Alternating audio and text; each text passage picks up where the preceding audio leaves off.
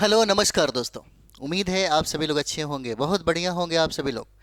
तो जैसा कि यहाँ पर अभी जो नोटिफिकेशन आप देख रहे हैं, और ये नोटिफिकेशन आपके स्पेशल टीचर के लिए है।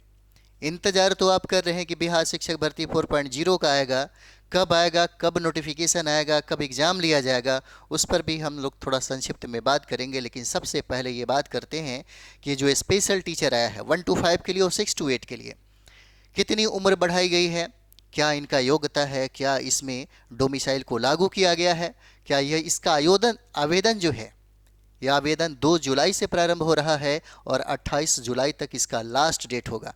क्या एग्ज़ाम चुनाव से पहले होगा या इसका एग्ज़ाम चुनाव के बाद होगा। तो चलिए हम लोग बात करते हैं।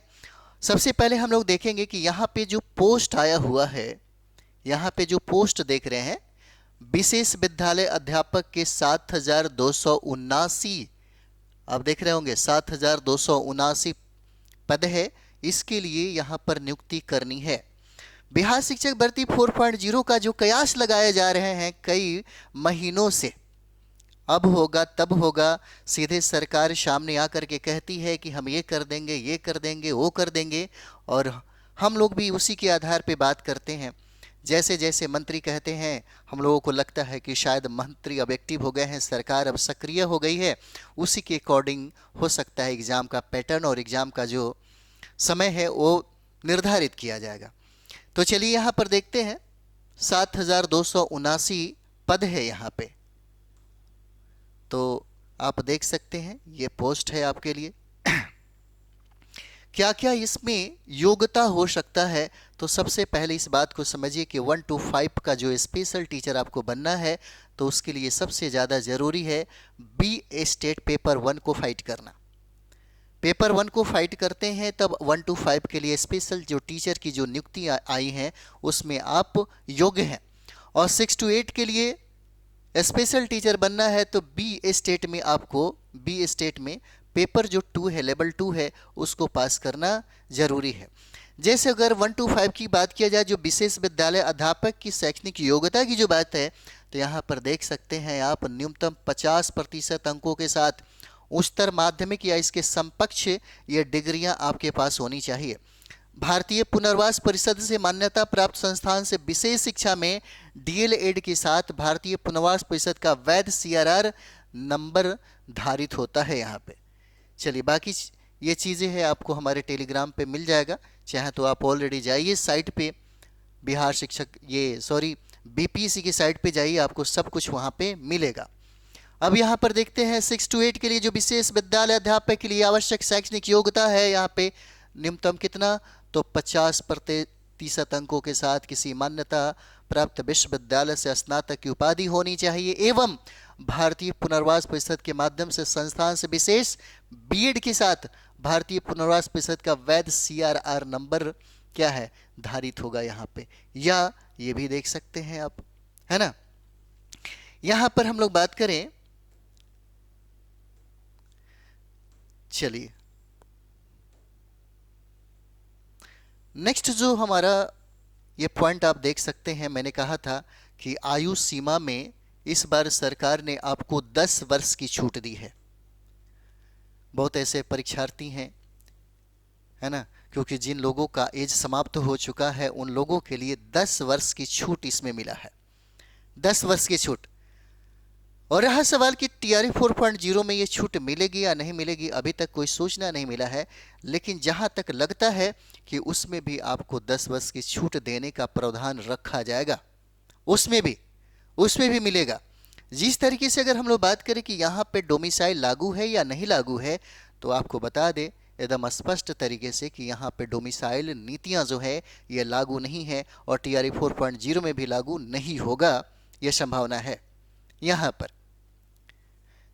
आप देख सकते हैं आयु सीमा में आपको 10 वर्ष की छूट दी गई है ना, 10 वर्ष की छूट है, ये बहुत बड़ी बात है। उन लोगों को अवसर मिलेगा, मौका मिलेगा जिनका एज समाप्त हो चुका है, जो लोग एज से बाहर हो चुके हैं। उसके बाद यहाँ पर देखिए, चलिए यहाँ पे हम लोग देखते हैं, जैसे ये जो पैटर्न है यहाँ पे क्या पैटर्न होगा एग्ज़ाम का, और यहाँ पे हम लोग 1 to 5 का जो स्पेशल टीचर हैं उनकी हम लोग बात कर रहे हैं। जैसे यहाँ पे 2 पेपर होगा, यहाँ पे देख सकते हैं ये आपका है ना 2 पेपर हो जाता है। पहला पेपर आपका होगा जिसमें 30 प्रश्न पूछे जाएंगे और वो भाषा के संदर्भ में रहेगा। और दूसरा जो पेपर है जहाँ से 120 प्रश्न पूछे जाते हैं, बिल्कुल बिल्कुल आप देख सकते हैं जो TRE 4.0 या 1.0 2 3 4 जो भी हम लोग देख रहे हैं, जो पैटर्न है सेम टू सेम वही पैटर्न आपको यहाँ पे दिया गया है, वही पैटर्न है, कुछ अलग नहीं है। हम लोग इसे कई महीनों से पढ़ रहे हैं, हम लोग कई महीनों से इसकी तैयारी भी कर रहे हैं और करवा भी रहे हैं, है ना। देखिए यहाँ पे क्या है, भाषा में अगर हम लोग बात करें तो यहाँ पे अंग्रेजी और हिंदी, उर्दू, बांग्ला भाषा का व्यवहारिक ज्ञान होना चाहिए। और इस भाग में अर्हता कम से कम कितना, तो 30% अंक का होना मतलब अनिवार्य किया गया है कि इतना अगर आप लाते हैं तो पास हो जाइएगा। यानी कि 30 प्रश्नों में अगर 9 प्रश्न आपका सही है तो पास माना जाएगा। उसके बाद जो जहां से मेरिट लिस्ट आपका बनता है, जहां से आपका मेरिट लिस्ट बनता है, जहां से आप अपने रिजल्ट को निश्चित करते हैं, वो आपका पेपर सेकंड पेपर हो जाता है, भाग 2 हो जाएगा, समान अध्ययन।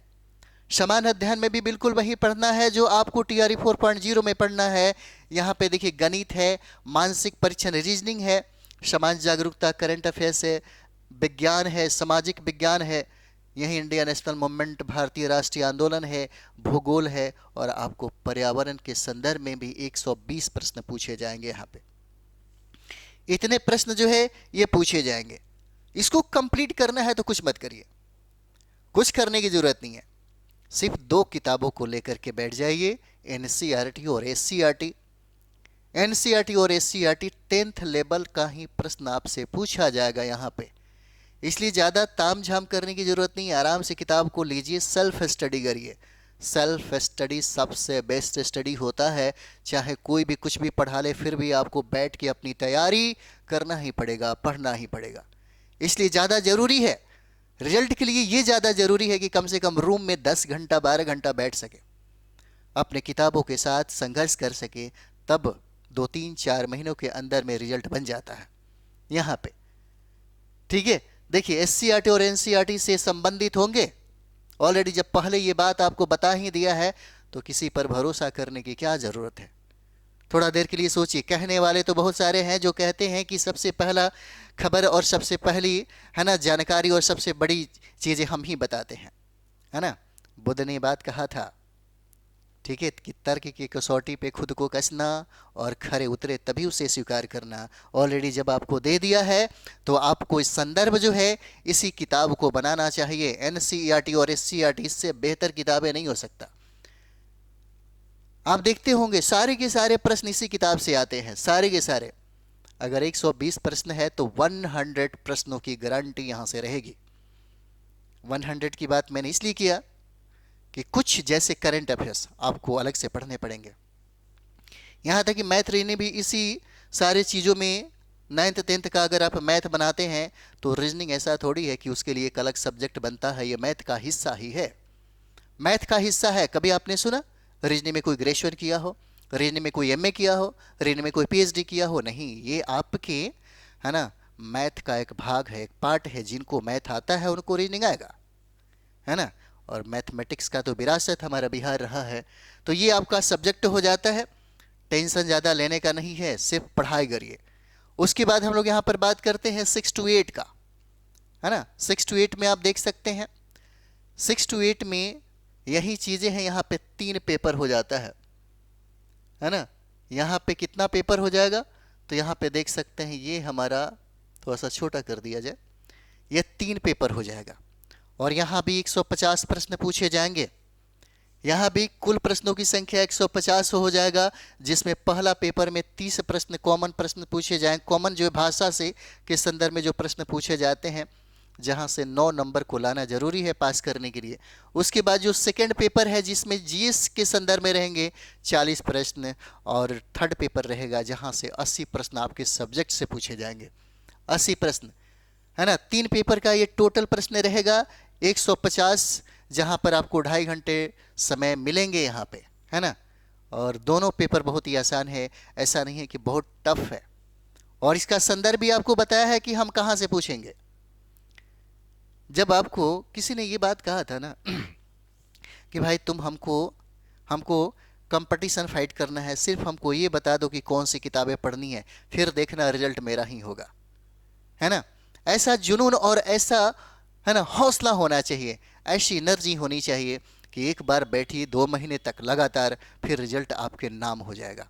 ये होता है, करने वाले करते हैं, और बड़ी बड़ी बातें, अच्छी और बुरी बातें कहने वाले तो बहुत सारे लोग हैं। जिनको नहीं करना है उनके लिए बहाना बहुत है, और जिनको करना है उनके लिए समय, उनके लिए वक्त बहुत कम है। ऐसा होता है ना। आप लोग भी दिए होंगे, आप लोग भी दे रहे हैं, आपसे बेहतर अनुभवी कौन हो सकता है, अनुभवी है आप लोग, है ना। तो यहाँ पर देखिए पत्र 3 भाग में होंगे, भाग 1, भाग 2 और भाग 3। भाग 1 में भाषा के लिए अंग्रेजी, हिंदी, उर्दू, बांग्ला भाषा का व्यवहारिक ज्ञान होना चाहिए। व्यवहारिक, देखिए व्यवहारिक कहता है मतलब बहुत गहराई में जाने की जरूरत नहीं है, व्यवहारिक ज्ञान होना चाहिए। और इस भाग में अर्हता कम से कम 30 अंक प्रतिशत आना जरूरी है। यहाँ पे 2 पेपर का होना ज़्यादा जरूरी है, जीएस 40 नंबर का। जीएस 40 नंबर में जिस तरीके से हम लोग तैयारी करवाते हैं, जीएस 40 नंबर का आराम से 32 और 36 नंबर ला सकते हैं, आराम से 32 और 36 नंबर लाया जा सकता है, कोई बड़ी बात नहीं है। 40 के 40 तो मैं भी गारंटी नहीं दे सकता, देने वाले देते होंगे, लेकिन 32 प्लस नंबर लाया जा सकता है, वो भी आसानी से। उसके बाद आपके पेपर में जो 80 प्रश्न है, आराम से 65 और 70 के बीच में नंबर ला सकते हैं, यहां से नंबर लाया जा सकता है। पढ़िएगा नंबर आएगा, नहीं पढ़ेंगे, गलत तरीके से स्टडी होगा तो मुश्किल हो जाएगा। सामान्य जो अध्ययन है, प्राथमिक गणित, समान जागरूकता, समान विज्ञान, भारतीय राष्ट्रीय आंदोलन और भूगोल शामिल है। इसमें ज़्यादा सब्जेक्ट आपको नहीं पढ़ना है, 5 सब्जेक्ट पढ़ते हैं, आराम से 40 नंबर का सवाल बन जाएगा यहाँ से। उसके बाद भाग 3 में देखिए मध्य विद्यालय के अध्यापकों के लिए एक विषय पत्र है। उम्मीदवारों द्वारा इन पत्रों में से किसी एक पत्र का चुनाव किया जाना है, जैसे गणित एवं विज्ञान, सामाजिक विज्ञान, हिंदी, उर्दू, संस्कृत और अंग्रेजी।